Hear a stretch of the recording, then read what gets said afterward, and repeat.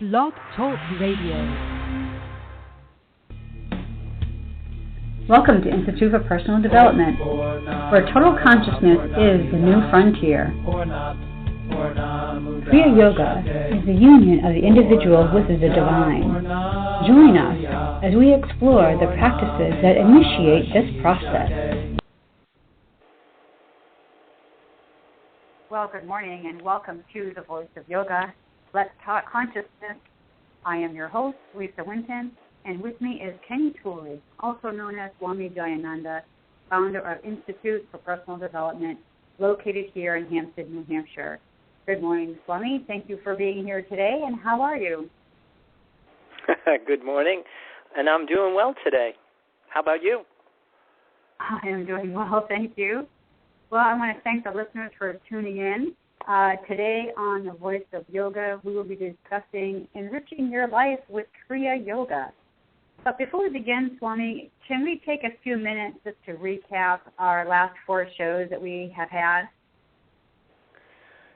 Yeah, I think that might be a good idea, just for anybody who might be just tuning in or just listening to this particular show. That, first of all, I mean, the first show that we did was Kriya Yoga is union of the individual with the divine. And that's what I think is very different about our approach to yoga, is that we have a very specific goal. And not just some abstract image of divinity, but our concept of the divine is the force right now supporting your life. It's our connection to our number one need, and how that becomes a platform that starts to change everything. Then our next show, we talked about, what does it look like when I am connected to this invisible, intangible source of sustenance. And we talked a little bit about how humans that do make this internal connection, that they change their nature.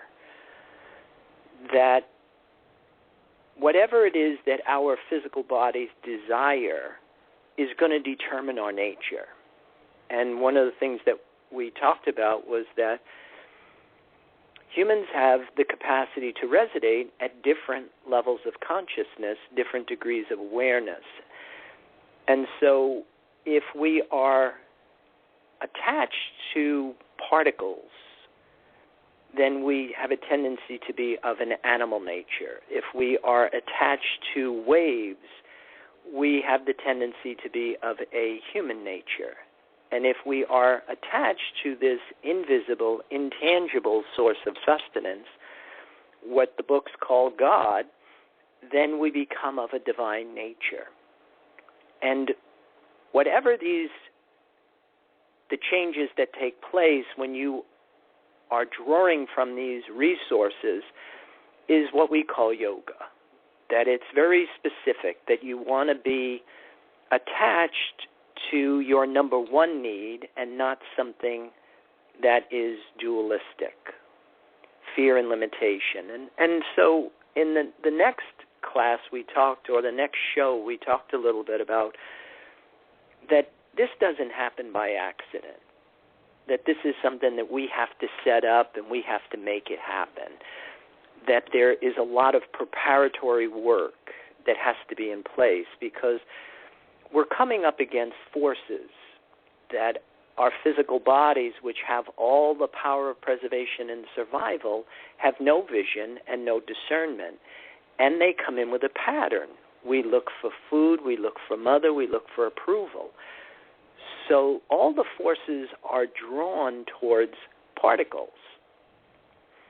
Now, one of the things that we have to do is we have to separate from our attachment to that source of sustenance and then reconnect to something that's invisible and intangible. And that's what we were saying. It's very important to have good leadership, that your instruction has to be very precise, because there's only one God, there's only one truth, there's only one number one need. And everything else was what they called a sin. It missed the mark. There's only one way that this goes right. And every religion on this planet in its original format is a game plan in order to educate a person how to separate from one source of sustenance and reconnect to another. But the preparatory work, one of the most important things is that we have to purify our bodies.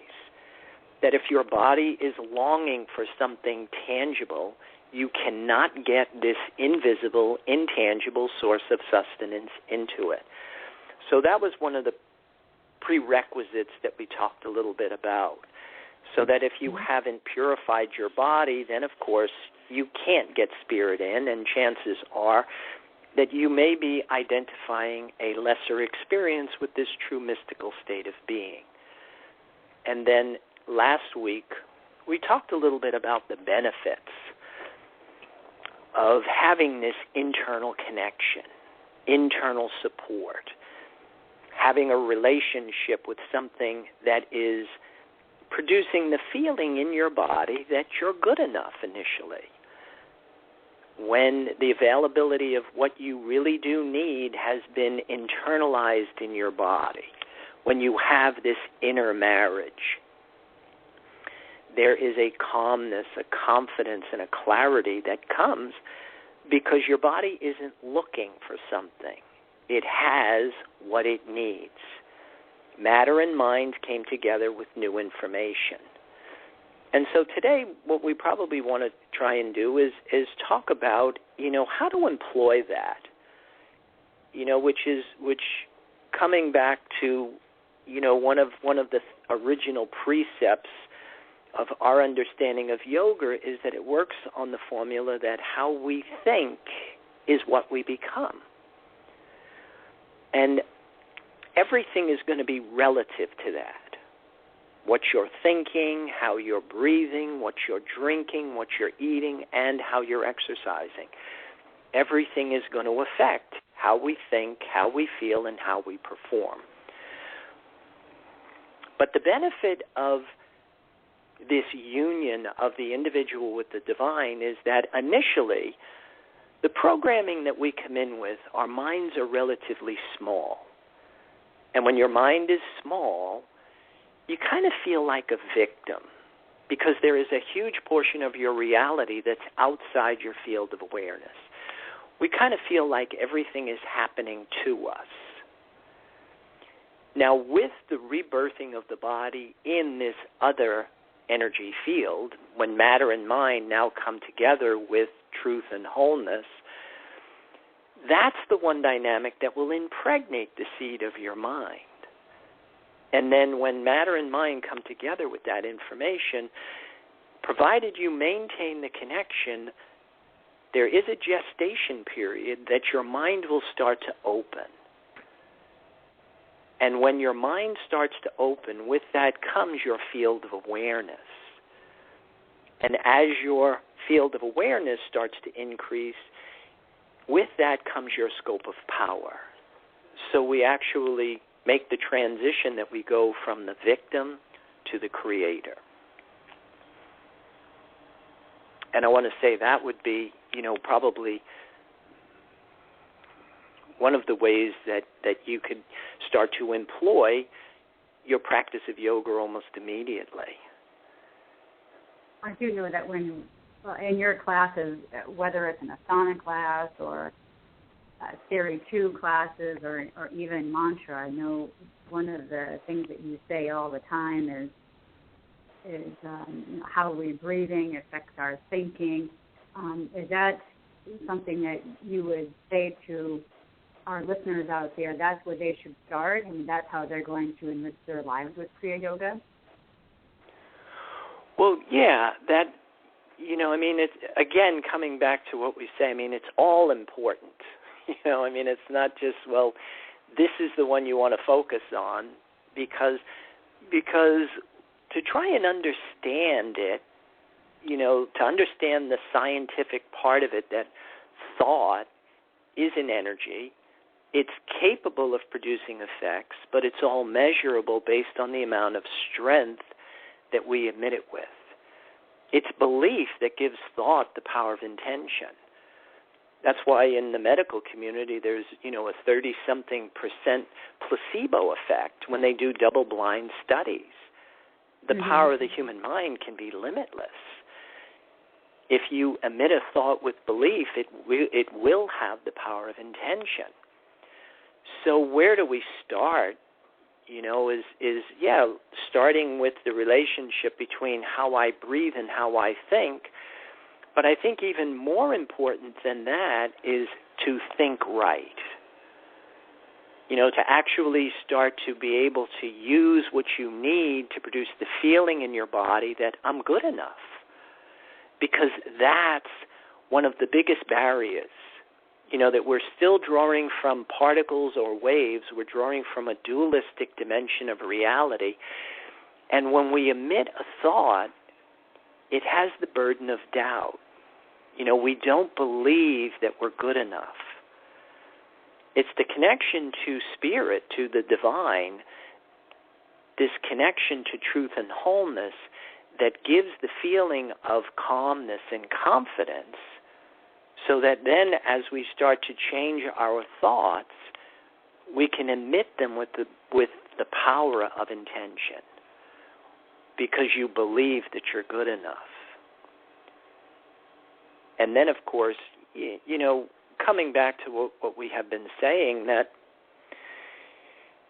we try and water down, the system of yoga, and we try and shortcut everything, and, we're all looking for, how to do this without following the procedure, but it really doesn't work that way. In fact, it kind of reminds me of last year I redid the website, and web design is just such an exact science. And when you're doing web design, the program that I use gives me design view, and it also gives me code view, which is how I view the human experience, that we have the physical manifestation of reality, but then underlying matter is the realms of mind. So underlining what surrounds us is this whole other language that we have to learn how to interpret. We have to learn how to read, because our thoughts are what's going to shape our reality. Our inner subjective state creates this biomagnetic force field that causes the outside world to respond to us. So a big part of it is understanding the language of the mind, understanding how to use imagery in order to order things that are more in sync with what it is that you are looking to manifest. And when you learn how the mind works, and you learn your chakra system, and you learn all of the different facets, and then you learn to rebirth the body in the life force so that you believe that you can, then you're behind the forms. That's when you have made the transition from victim to creator. And where you start with that is that you start with your path of action, your path of knowledge, and your path of devotion. It's really hard to pinpoint how it all works, just like when you're doing web design.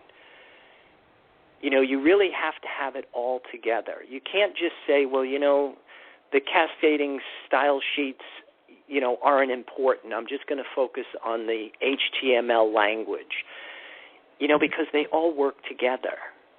And the same with these strategies that are recommended with the science of yoga.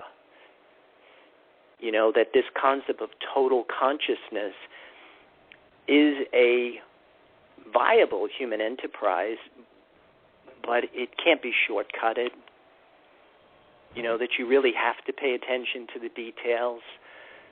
Even to the point when you're doing web design. I mean, if you have one character wrong, you can't figure out why, the design page isn't doing what it is that you want it to do. And the same with a yoga practice. It's the relativity of everything. How everything is relative upon the outcome that you're trying to get. And it's a very exact science. Okay, Swami, I think what we need to do right now is we need to pause from our discussion, if you don't mind, so we can hear a word from our sponsor, and we'll be right back. Okay, well, I'll hold that thought, and we'll be right back. Om Purnamada Purnamidam Purnamudachyate. If you are looking for a Samadhi-based experience, IPD Kriya Yoga has the goods. A complete yoga program that includes the practices and the process. Starting with the separation from mother, including the labors and tasks of the hero and the return as a whole person. Practice makes perfect only when practice is whole. Kriya Yoga is a path of action, knowledge, and devotion. Samadhi, or total consciousness, is experienced by knowing and doing with devotion. Call or click now and get started. 603-929-0303 or www.ipdtransform.com. Namaste.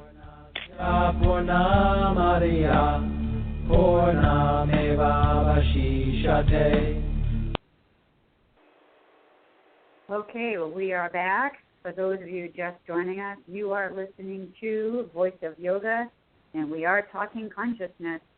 Welcome back, Swami. Welcome. I have a question for you. I was talking to a fellow coworker, and we were talking about spirituality, and we were discussing our radio program, and we were talking about the having a union with the divine. And she had said to me, well, that's the same as, to release and let God, isn't it? And I said, well, I'm not exactly sure, but I'm going to pose that question.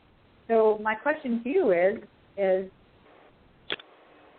how is that phrase different? Because I know I have heard that phrase many times before, and it's in a lot of spiritual written works that are out there to release and let God. What is your take on that, and what is the difference between that and what we're trying to do here, and that is to create that union with the divine? Yeah, I think the whole concept of release has a tendency to be an oversimplification of something that is a little bit more complicated. The concept of release and let God is very passive. I think a similar concept in yoga is the concept of detachment, which, seems to be a very common phrase that they use, to be detached. Or in the Buddhist community, the whole thing of no mind, stop thinking. And a lot of that is, it's advice if you understand how to do that, to be detached. But like we were saying, see, we're all codependent. We all have a physical body. We all have needs, and we all have desire. And to just passively try and ignore that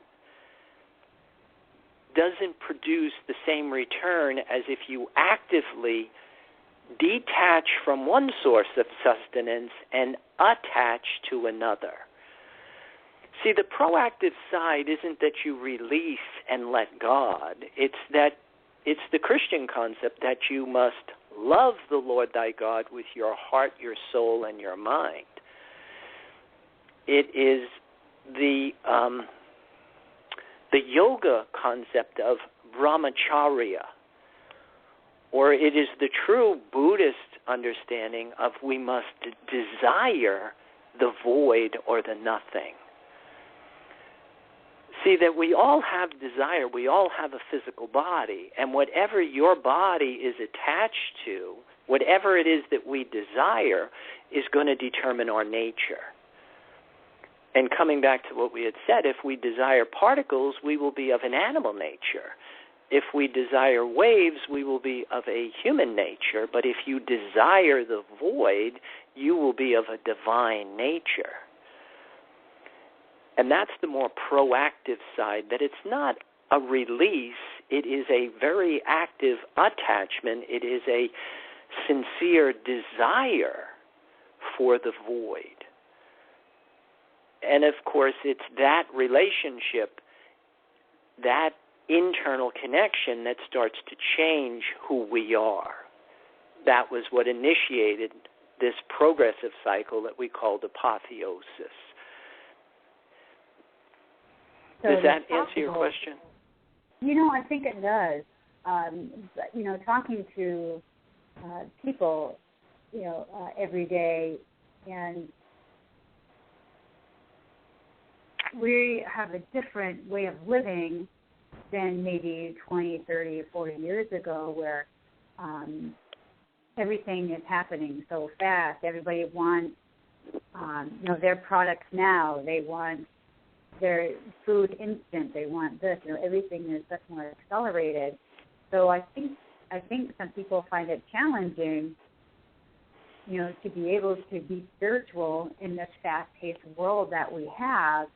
And I think it's helpful, especially attending the Theory 2 classes that we have when we talk about, well, how can we take yoga off the mat and employ it into our everyday life? And it really is a great exercise to be able to work in an environment that can be stressful, and employ all these spiritual strategies, and just like you say, take a breath and do that quarter turn, and turn to God, and that helps make everything small. Am I explaining that right? Right, because what you want to use and employ this is as a practical guide for highly effective living. That you don't have to live in a cave. You don't need a controlled environment. That your relationship with your divinity becomes your anchor. And I like it the way that Yogi Bhajan would say, if you don't see God everywhere, you don't see God anywhere. That God is the force that permeates everything. And if you need to be in a particular, I want to say, location or place in order to have that feeling, then you're drawing from the wrong symbol.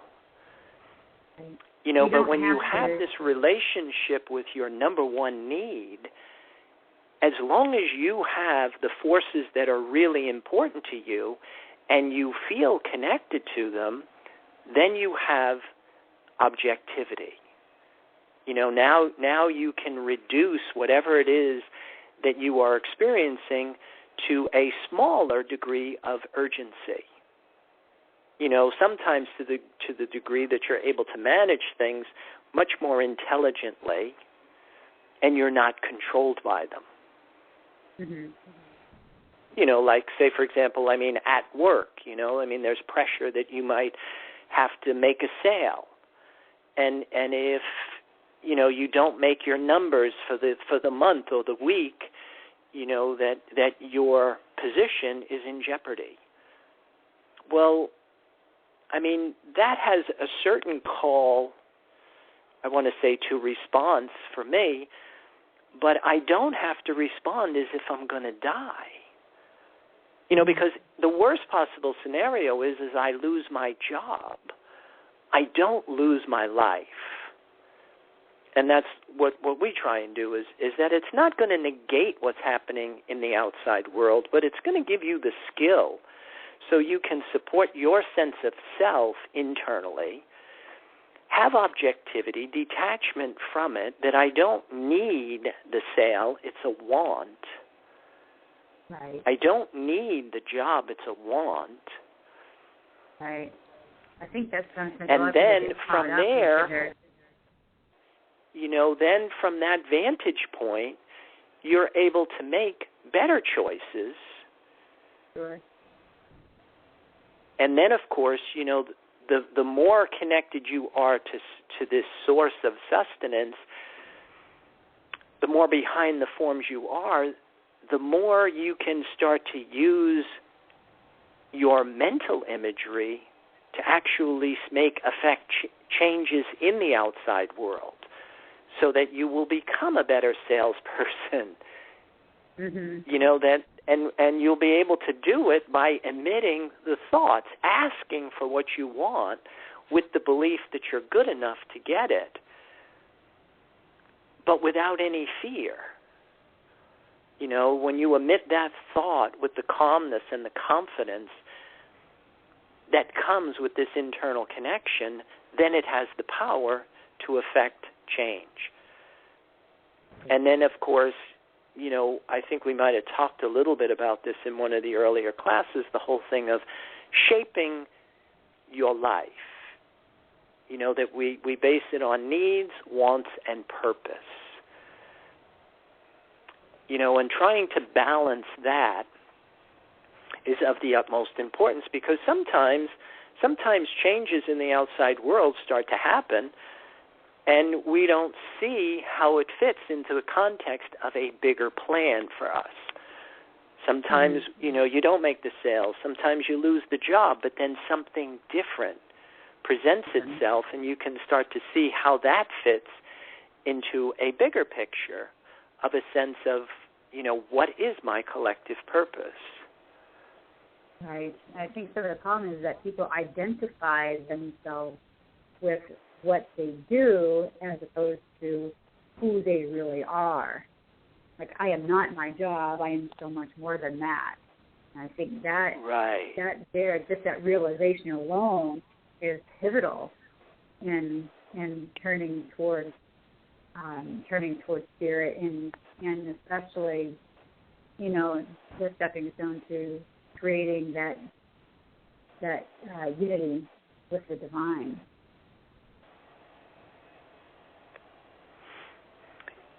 Yeah, absolutely. It is a big factor,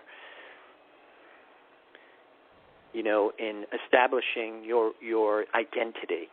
That's the beauty of the concept of total consciousness, is it's not a loss of self-conscious awareness, but it is a more inclusive point of identification. You don't lose your sense of self. In fact, you have a very strong sense of self. But you have a strong sense of self in the context of a bigger picture. Mm-hmm. You can still live in this world and still have that connection. And it's that connection that makes everything possible. Right. And from that position of strength, you're always able to shape your inner state to fit the demands of the world because you're behind the forms.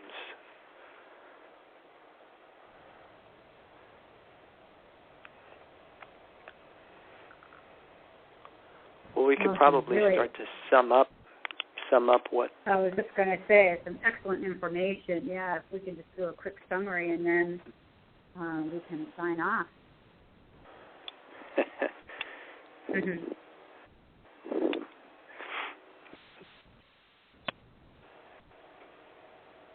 Well, that was an excellent program. Thank you for that. So today we were discussing how to enrich our lives with Kriya Yoga. I invite all of our listeners to please contact us if you have any questions or thoughts or curiosities. Please email us. You can find us on Facebook, Twitter. I believe we're probably on every social media. Please pin us. We're actually on Pinterest as well. You can follow us there. Anyway, thank you, Swami, so much again for your time and your wisdom. It is much appreciated, and I'm sure our listeners are getting such valuable information from you.